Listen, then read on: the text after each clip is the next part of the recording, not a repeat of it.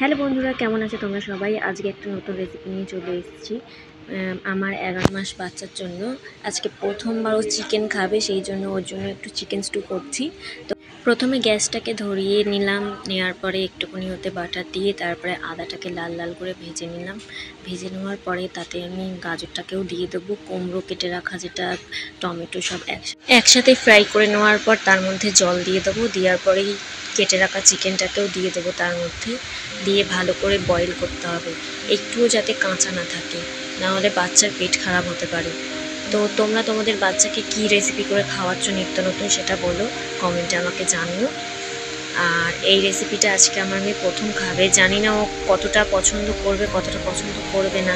আর এর মধ্যে আমি কোনো নুন দেব না, এর মধ্যে আমি অল্প পরিমাণ একটু হলুদ দেব, আর একটু জিরে পাউডার আর গোলমরিচের পাউডার করে রেখেছিলাম এতে দেবো বলে, সেটাই আমি দেবো। কারণ 1.5 বছর হওয়ার আগে বাচ্চাকে নুন দেওয়া একদমই স্বাস্থ্যের পক্ষে ভালো না। তো এই অবধিই ছিল ভিডিওটা, লাইক করুন, কমেন্ট করুন।